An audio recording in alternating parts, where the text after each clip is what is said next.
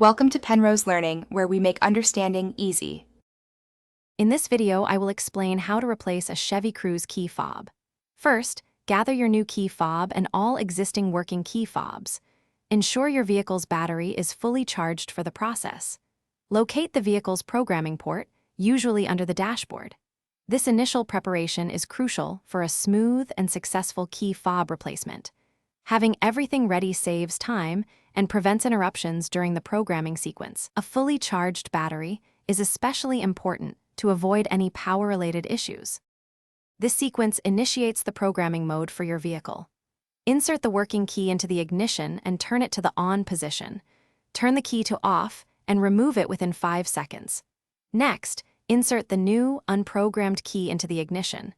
Turn the new key to on and then off within 5 seconds.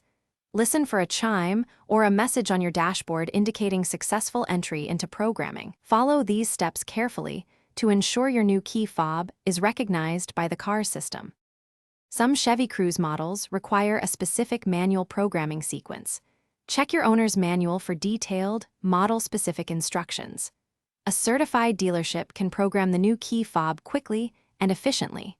Professional programming ensures proper functionality and security for your vehicle. If the self-programming method does not work, or if your model does not support it, these alternatives are excellent options. Dealerships have specialized tools and expertise to handle complex key fob programming. Test all functions of the new key fob immediately after programming is complete. Verify that the lock, unlock, and trunk release buttons work correctly. Keep your old key fob as a backup if it still functions reliably. Consider replacing the battery in your old fob if it shows signs of weakness.